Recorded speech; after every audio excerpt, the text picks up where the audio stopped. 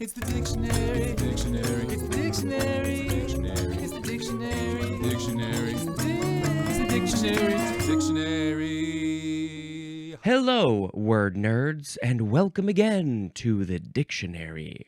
Woo! My name is Spencer. This is episode F39, and it's a little bit of a weird episode. I will have a guest again. Similar to Sharon, she just came in for a little bit here and there in a couple of episodes. And in this episode, my father will be joining me, but just sort of interspersed a few times throughout the episode. So if you're watching the video, there's going to be some very awkward cuts probably, and the visuals will get a little bit different. But yeah, he came in here. He came into my office, and I had to add another microphone, and it was very uncomfortably close and awkward, but, you know, he's my dad. I wouldn't do that with most people in this little tiny room. Okay, so, what should we talk about? Let's talk about the first word in this episode, which is Fat Depot. Two words. Depot is D-E-P-O-T for those of you who want to say depot.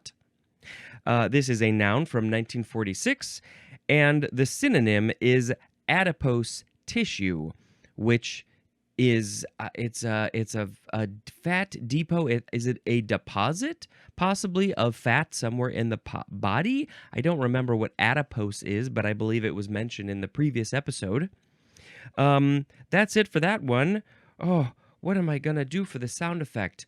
Brrr, no, I think I did that recently. Let's go.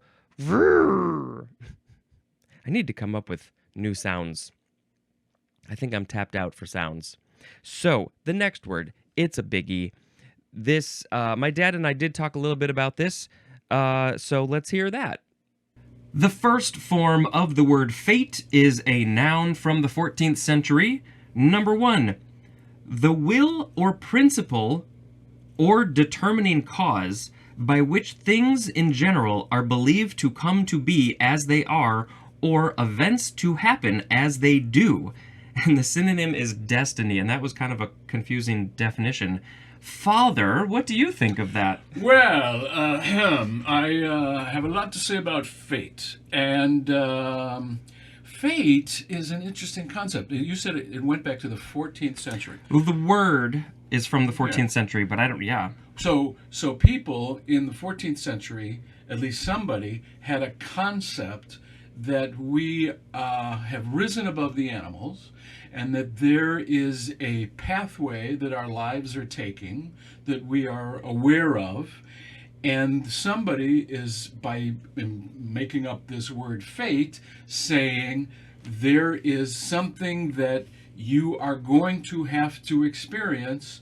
You are not a free agent, that this is something that will happen to you, which is sort of an elevated from way of thinking. Animals, yeah. Right? That there is something waiting for you. Right. That's kind of an interesting concept. Because you talk about the history, this is, we're doing this a little out of order, but we can talk about the etymology. It's from the Latin word fatum, which literally means what has been spoken. What has been spoken.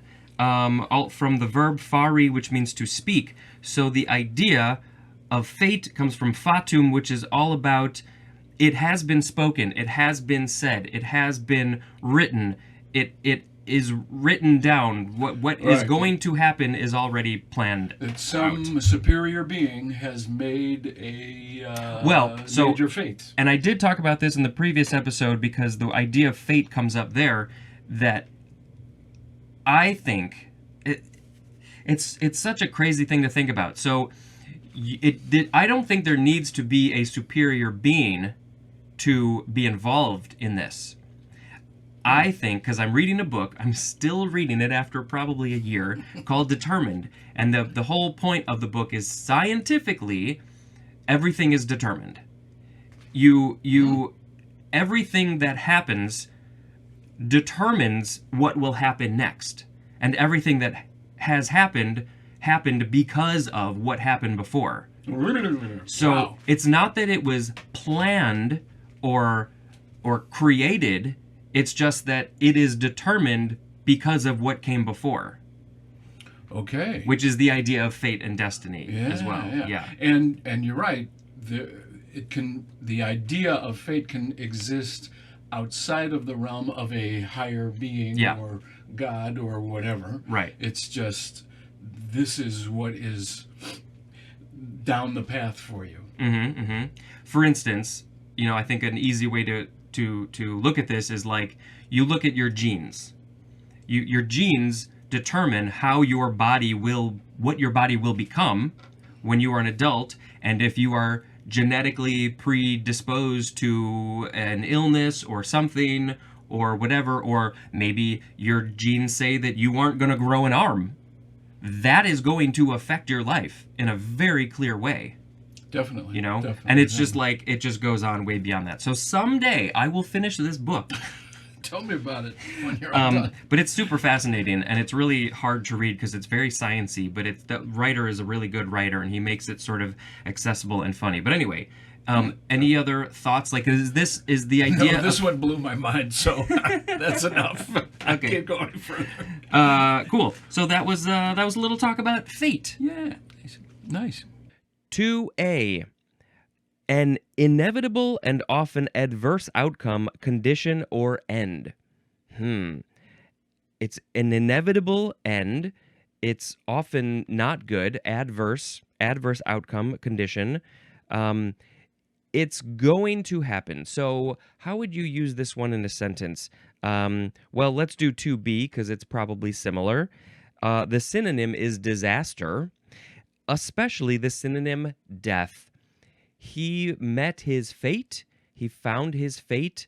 Oh, that was a disaster. It was his death when he fell off his unicycle down a cliff. It's inevitable. That is the idea of fate. 3A. The final outcome. It's the final outcome. Doodaloo-doo, doodaloo-doo-doo, doodaloo-doo, doodaloo-doo-doo-doo. The final outcome is the fate. The fate of, a sports game. The final outcome. What is the fate of the two teams playing against each other? It was a tie, 3-3. 3B. The expected result of normal development, as in prospective fate of embryonic cells. Prospective fate of embryonic cells. I mean, the definition says it right there. It's the expected result of normal development. So the embryonic cells, they grew, and the cells divided in the way that they expect to. And so what happens when all those things go the way that you think they're going to go? They end up being their fate. That is the fate of those embryonic cells. Now, if it goes through abnormal development, wouldn't that still be its fate? Whatever form it turns into, that's still its fate. It's just that it's not what you expect the fate to be, given what those embryonic cells are. What sort of animal did they come from? Did they come from a squirrel? If it turned into a squirrel, that is its fate, its expected outcome. But if it turned into a possum, that is still its fate, but also, how did that happen? Let's just say, science-wise, that is not possible. The embryo of a squirrel is not going to turn into a possum. Okay. Now we have 3C. The circumstances that befall someone or something. The circumstances that come to someone or something, as in, did not know the fate of her former classmates. She did not know where those people went and how did they live their lives. What happened to them after they were classmates? Did they graduate? Did they get a job? Did they have a family? Have kids? Did they become houseless? Did they move to another country? She doesn't know what happened to them. What is their fate? The thing is, that's only just one part of their fate. Whatever now is, where are they right now? That's their fate, but they will have more fates as the years go on. It's a constantly evolving thing that, is it predetermined? Now we have number 4. This one is plural and capitalized. So you say fates. You have fates with the capital F. This is the 3 goddesses who determined the course of human life in classical mythology. And I think we're talking about the Greek goddesses probably. I will put a link in the show notes for the 3 fates. I think I have heard of them. I do want to give you a little bit more information here during the episode. Let's just move this over here and let's go to our keyboard. Underneath this stand, this music stand, which you cannot see, stand by. If I duck down, I can see it better. Okay, the fates, the 3 goddesses of Greek mythology who control human destiny. Okay, here, Clotho. Clotho is the spinner. Lachesis, Lachesis, maybe it's Lachesis. That is the measurer, or the apportioner. And then Atropos, or Atropos, that is the unbending or inflexible one. The fates are often depicted spinning and weaving thread to symbolize a person's life and destiny. The thread represents a person's fate, and when it breaks, it signifies the end of their life. Clotho begins spinning the thread while the person is still in the womb. The fates are a common motif in European polytheism, multiple gods. In Roman mythology, the fates are known as the Parcae. The word fate can also be used more generally to refer to a person's destiny, circumstance, doom, fortune, kismet, lot, or portion. That's our lot in life. It's not a lot, but it's our life. For example, retrieving him at least reminds soldiers that we will never abandon them to their fates, right or wrong. Now, it explains what Clotho does, spinning the thread while the person is still in the womb, but it does not describe what the other 2 do, and so I guess you're just going to have to go to the link in the show notes to learn more about them. They are also, I guess in Greek, it's not the fates, it's the Moirai? I don't know how to pronounce that. Oh, Moirai. Maybe that's what it is. I guess that's the Greek word for fates. The lachesis or lachesis is the measurer, the apportioner, or the allotter, allotting things. Oh, I almost knocked down my wonderful, this is not sponsored, but hey, I'll take it, lemon ginger cayenne drink. It's sweet and has just the right amount of spiciness. Okay, anything else about the fates? No, I find it interesting. And there's this idea of the threads that they are spinning and weaving and stuff.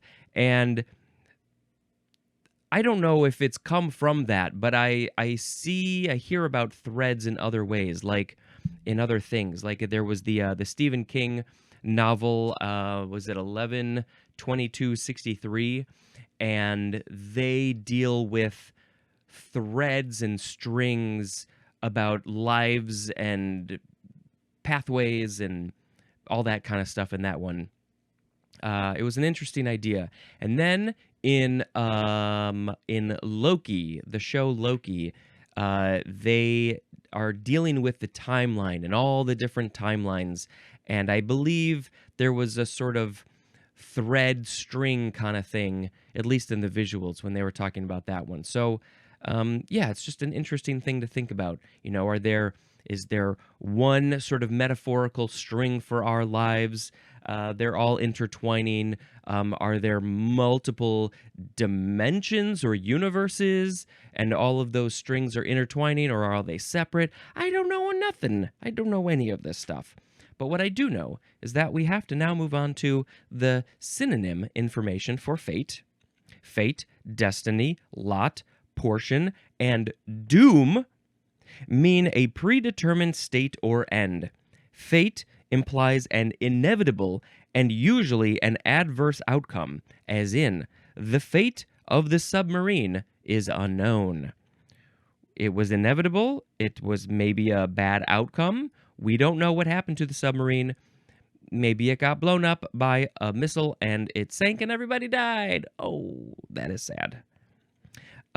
Destiny implies something foreordained and often suggests a great or noble course or end, as in the country's destiny to be a model of liberty to the world. Well, maybe you're talking about America, where supposedly everybody has liberty and freedom. I don't know if that's so much true these days as maybe it used to be, but also more so than it used to be. It's complicated.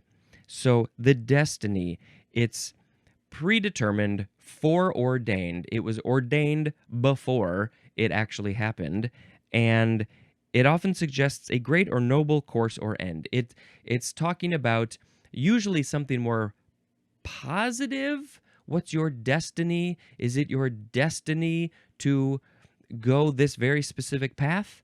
But it's not always a positive thing. Your destiny could be something, but yeah, I mean, they're obviously like, do we even have one? I can't get into that conversation anymore. There were these sort of zodiac horoscope books that I have in storage, and I'm a skeptical believer on stuff like that, and one of the books was just about your destiny. One book was about the day that you were born. You look up your birthday. The next book was about relationships, like you were born in this week, and the person you're in a relationship was born in this week, and how did those 2 weeks compare to each other zodiacally? And then the third one was destiny, based on your, like, when you were born, your year and your month and stuff. Like, what is your destiny? And it's so hard to put a whole life in that meaning of just when you were born, because there's so many other factors that determine how your life will go. Okay, back to the synonyms. Lot, L-O-T, and portion imply a distribution by fate or destiny. Lot suggesting blind chance, and portion implying the apportioning of good and evil. And we have examples for each of those. The example for Lot, which suggests blind chance, like, oh, that's just how the cookie crumbled. The example is, it was her lot to die childless. That's just how it happened. The dice were rolled in that way. She'd never had kids, and then she died. And portion, which implies the apportioning of good and evil. Oh, we're going to give some good and evil out to all these people in different portions. And the example is, remorse was his daily portion. This one I'm not as familiar with. Remorse was his daily portion. Every day he felt remorse. Maybe that's because he did something not very good when he was much younger, and he feels guilty about it. Doom, the last one. Doom distinctly implies a grim or calamitous fate, as in, if the rebellion fails, his doom is certain. Well, he was leading the rebellion, and if it fails, maybe he got caught by the other side, and then they tortured him. And that's very bad and sad. And grim or calamitous. Okay, well, I know I mentioned the etymology when my dad was here, but I will quickly do it again, from the Latin fatum, which literally means what has been spoken. From fari, to speak, and there's more at the word ban, B-A-N, and it's just a fascinating idea, this idea of fate. I mean, I could definitely sit and talk about it for a while, but I've talked about it enough, so I'm gonna go. What was my sound effect? Roar! The second form of fate is a transitive verb from 1601, and the synonym is, now it's not destiny, destine, D-E-S-T-I-N-E, and I have to make sure that I know the pronunciation correctly. Let's see, D-E-S, like I said, destine, which syllable is emphasized? It's destin. That's it. It's just destin. So that is the synonym for the second form of fate. It's a verb, so you're destining a thing. But also we have the synonym doom again. Roar! This is not at all what I meant to do originally, but now that's what's happened. Next word is fated, F-A-T-E-D, adjective from 1542, decreed, controlled, or marked by fate. So you're just describing a thing as having been decreed. Somebody said this is what's going on, what it is, controlled or marked by fate. So just how would you use that in a sentence? It's an adjective, so it's a fated thing. It was a fated act when the king said that everybody gets ice cream cones. Roar! Fateful, adjective from circa 1720. Number 1, having a quality of ominous prophecy.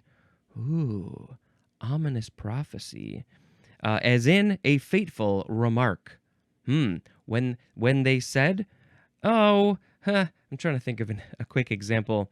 Everybody's gonna eat chicken wings. Then everybody ate chicken wings. Oh, that was a fateful remark. Whoa, how did you even predict that everybody was gonna eat chicken wings?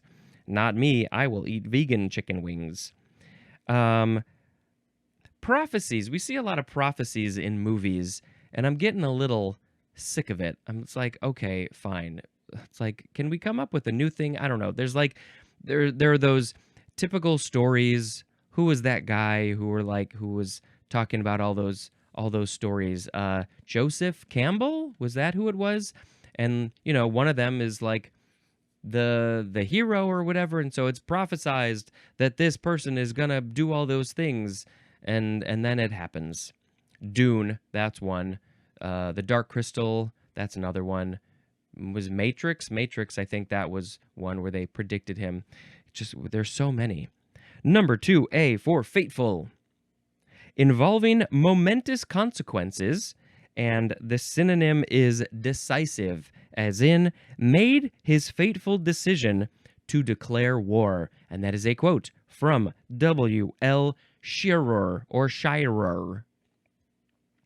Involving momentous consequences, made his fateful decision to declare war. So he declared war, and that became the fate of the countries who were involved in that war. And I don't know who we're talking about, but there were consequences in war. A lot of people die during war, and that's a big moment. It's a momentous situation for all those people's lives and the people who are in their lives, because that person is dead now. Number 2B. The synonym is, we have two of them, deadly and catastrophic. Fateful. That definitely takes fate to the negative, the sad area. Number 3, controlled by fate. The synonym is foreordained. So there's no example sentence, but if it's controlled by fate, by just the overarching idea of predeterminedness, then it is fateful. Was it fateful that I made this podcast? Is there any point? What is the purpose? Why? Is there even a purpose to anything? A synonym, another one for the whole thing, is ominous. Yeah, I guess usually when we say fateful, is it often a negative thing? Ominous, though, can be negative, or it's like, ooh, is it possibly negative? I'm trying to figure out what it is. It's ominous. Fatefully is an adverb, and faithfulness is a noun. Okay, next one. The next word is fat farm. Fat farm. 2 words, a noun from 1969. Something I don't really think people are calling... I don't think we're using this term anymore, but it was a health spa that specializes in weight reduction. And, I'm sure that this still exists, but I don't know if people are calling it a fat farm anymore. Do you have any? It's not very PC, is it? No, of course not. No. But it's sort of the same kind of feel as you would a psychotherapist becomes a shrink. So a place to lose some weight is, in colloquial called the fat farm. Right. And I did know somebody who they said went to a fat farm. You would never say that to them, though. You would never say. Did they say that? Not to me, no. But No. that was the idea The of it people was around her. a health spa Right. to try and lose weight. Right. When was this? Before you were born. So the 70s, when Right, this term was still being used. Right. Yeah. Right. It was probably cool for somebody to say, "Oh, she went to a fat farm." Yeah. Ugh. And I think also kids are sometimes sent to these fat camps. Is that in here? Again, that's not a term that we're using. No, I don't think fat camp, but that was the same idea, but for younger kids to get that exercise and move around.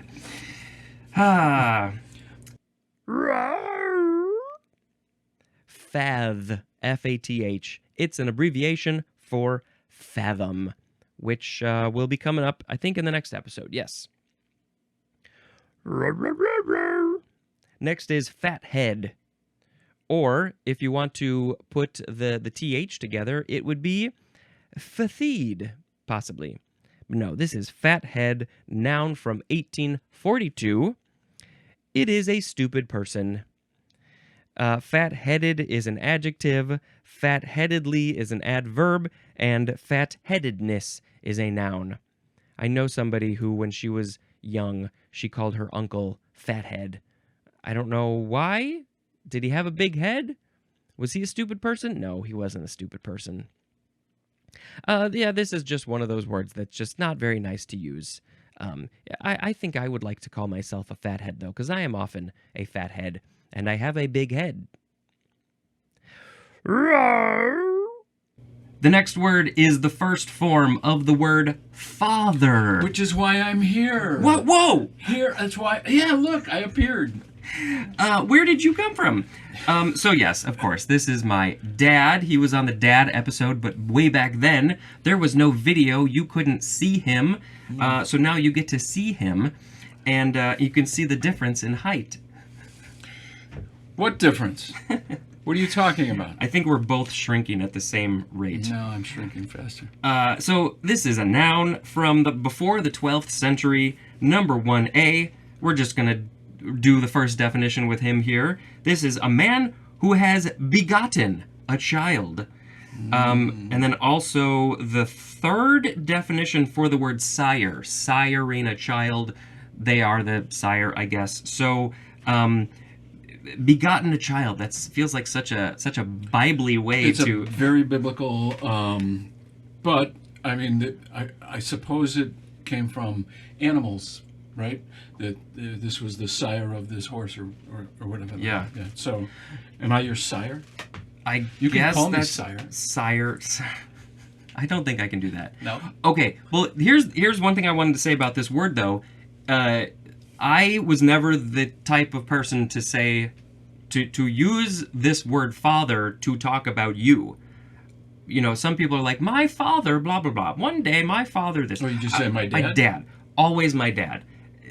It sounds so overly proper to me to say father. What would I think we should instill a little bit of formality once in a while. You can call me father. We are so I past sort of like formality. Sire part too. Sire Jim. I programmed my phone to call me Sir Jim, by the way. Did you? Yeah. Oh, interesting. How do you do that? That's You put it in like the Mr., Mrs., that sort of thing, or Yeah, Huh. Sir It Jim. says you Sir Jim. Yes, Sir Jim. That's a little off topic. You but can't be knighted because you're not British. No. What would you say when you're talking about your dad? Did you ever say father? Oh, that's a good question. I would no, I was more informal. I would always say my dad was this or my dad was that.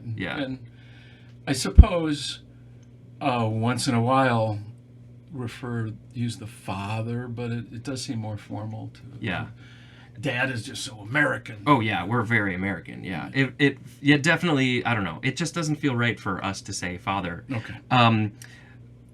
Since since we recorded the dad episode, Yeah. our lives have changed a little bit in terms of fathers and dads. I believe at the time both of my grandfathers were still around, and now they are not.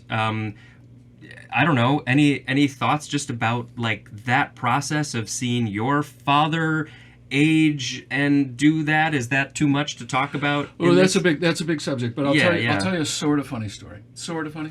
I was at a senior center where your grandfather on your mother's side, so it'd be my father-in-law, he used to go there.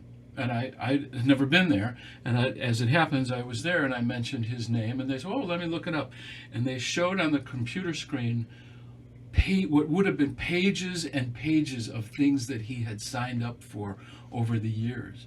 And she said, activities and stuff. she said, oh, that guy. I remember that guy. So, yeah, that was a little bit of a, he's still sort of with us in a way. Oh, yeah. So this was after he passed? Oh, yeah. Well, yeah, this was 2 days ago. Oh, yeah. So that's a context where you would say father-in-law, that we say that You very don't say easily. dad-in-law ever. Yeah. I have never heard of anybody say dad-in-law. That just sounds super strange. Somebody being precocious. Yeah. And I think I did record the next episode already. I must have. I can't remember. I'll have to go double check, but I'm pretty sure I did. I don't see father. Yes, father-in-law is there. I just want to make sure that it was. I don't know. Any other thoughts about father being a father? Oh, it's hard. It's so hard. Especially with this Actually, one. you were a piece of cake. So I lucked out as far as kids went. I did not have troubled or troubling or, yeah, you had your moments. Sure. But no, I lucked out. Well, I think it's time to change that. All right. Thank you for joining me Thank you for having me. for a few snippets of this Snippets. episode. Yeah. And now get the hell out of here. Okay, bye. Bye. Thank you, Father, for joining me on this episode. I don't think he comes back anymore. So now we got to move on to 1B. This one is capitalized. So 1B is capitalized, but we have a couple sub-definitions. 1B1, the synonym is the first definition for the word God. And yes, of course, there are a lot of people who say, Our Father, who art in heaven, hallowed be thy name. That's about all I know. And so, yes, God is often described as Father, and that's just the way things have gone. And I don't really know what I need to say. I mean, it reinforces the idea of God being a male, a being in general, which, everybody has their own opinions about that. But then just being male. And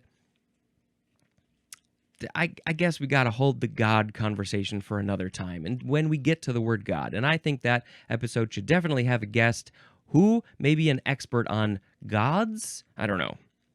Okay, now we have 1B2, also capitalized, the first person of the Trinity. And I believe that would be the Father, which is God, the Son, Jesus Christ, and the Holy Ghost is, I don't know what that is. Holy Ghost? Batman? Number 2, this synonym is forefather, F-O-R-E, not forefathers, but the forefather, the fathers of the country, the people who came before us, who created this idea of a country, or just the people who came before us, which is interesting because I think we use the same word for men and women, forefathers. 3A is one related to another in a way suggesting that of father to child. So I guess they're not literally father and child, dad and kid, but it's similar. Like maybe they have that similar type of relationship. So maybe it could be grandfather to grandchild, or uncle to nephew or niece. one related. I mean, you could maybe not be related and still have that sort of fatherly relationship. So you could call them your father.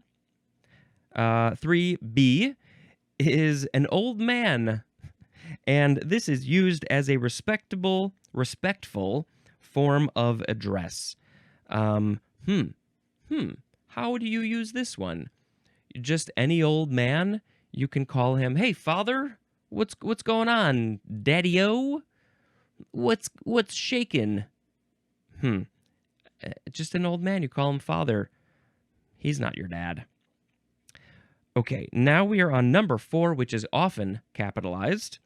A pre-scholastic Christian writer accepted by the church as an authoritative witness to its teaching and practice. And this is called also church father. I got nothing for that. Number 5A. One that originates or institutes, as in, the father of modern science. They were the one who were so smart, they changed science. They were like, we're going to science things this way, and you will call me the father of science. Who is the father of science? Modern science, specifically. Is it Newton? Is it Einstein? Is it... Can't think of any other scientists. I mean, I can, but... yeah, so, one that originates or institutes. This is the one who changed the game, who created a new thing. The father of podcasts is probably not Mark Maron. He was early, but I think there's another guy. Is it Pardo? Something Pardo? He, I think, was one of the first podcasters, and so he might be considered the father of podcasting. Number 5B, the synonym is source, as in the sun, the father of warmth and light. So the sun would be the source of warmth and light because it provides heat and light to us down here on our puny little earth. By the way, that is a quote from Lena M. Whitney. The source, the father. So anything that something comes from can be called the father. 5C, the synonym is prototype. Prototype. It's like the original thing, the first thing. Number 6, a priest of the regular clergy, not the irregular clergy, but broadly the synonym just priest. Yep. You go to a church and there is a father hanging out there what do they do during the day? I don't know. They're clearing people of their sins and other things. This is used especially as a title. Yep. Father O'Malley. Number 7. One of the leading men as of a city. And this is usually used in plural. So I don't like that it says men there. I think it can just be one of the leading people for a city. So, the mayor, the comptroller, the treasurer, the whatever other roles there are in a city's government, they would be the fathers or, the fathers of the city. And one of them would be the father. Fatherhood is a noun. Fatherless is an adjective, and father-like is an adjective or an adverb. Let's look at the etymology. We have from Middle English. Now it's spelled fader with a D, but it was probably pronounced father with a TH. I'm guessing. I don't know for sure. From Old English, father. Akin to the Old High German Vater, which means father, from the Latin pater, and also from the Greek pater, and I believe in the History of English podcast, one of the early episodes talks about how some of these letters changed. We went from the P in Greek and Latin to the F in German and English, and there's a change in letter, a change in sound at some point in English's history. And yeah, it's just really interesting how that happens. We have one more word for this episode. It's the second form of father. This one is a verb from the 15th century. Number 1A, the synonym is beget, B-E-G-E-T, which is, literally just the action of having a child. Probably having the sexy times, and then getting somebody pregnant, and then they have a baby. That is the typical way that it happens, but these days there are a lot of other ways that you can have a baby. Beget. 1B. To be the founder, producer, or author of, as in, fathered the improvement plan. They fathered it because they wrote it. It came out of their head. They begot the improvement plan. I hope things improve. We're at the very bottom of the page, so I got to lift up this book so I can see it better. Number 1C is to accept responsibility for. Yes, I am fathering that decision because I did that. It is my responsibility? No, it's maybe more like, are you accepting responsibility for the actions of a younger person? So you are fathering them? Not sure. 2A, to fix the paternity or origin of. To fix, what does that mean in this context? You are fixing it? You are, not sure. 2B is to place responsibility for the origin or cause of, as in, collected gossip and fathered it on responsible men. That is a quote from J.A. Williamson. By the way, the name Williamson means son of William. So William is the dad, the father, and then J.A., well, not necessarily. It's just an older way. So way back in the day, somebody in that family line was named William, and then their child was son of William, Williamson. And there's a similar thing for daughters. It's like D-O-T-T-E-R, daughter, something daughter. Anyway, to place responsibility for the origin or cause of. So collected gossip and fathered it on responsible men. I'm trying to process this one. You're to place responsibility. So you're basically just saying who are the ones responsible? That responsibility goes on those people because they are the ones who made the decisions for the thing to happen. And so that you're fathering them. You're saying that they are the fathers of that thing that happened. Okay. Number 3. The synonyms are foist and impose. Foist, F-O-I-S-T, and impose. And I can't give you any more context there. But we have one more definition, which is the intransitive verb, which means to care for or look after someone as a father might. A father might, M-I-G-H-T, not a father might, M-I-T-E, some little creature that's a father. Okay, that is great for that one. And now I'm going to pick a word of the episode.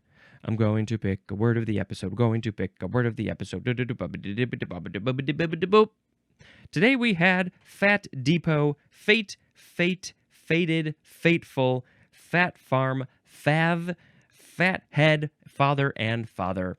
And I love my dad. He's a great dad. He's a wonderful father. None of us are perfect. The children are not perfect. The parents are not perfect. But I had a great childhood, and that has mostly to do with my parents, both of them together.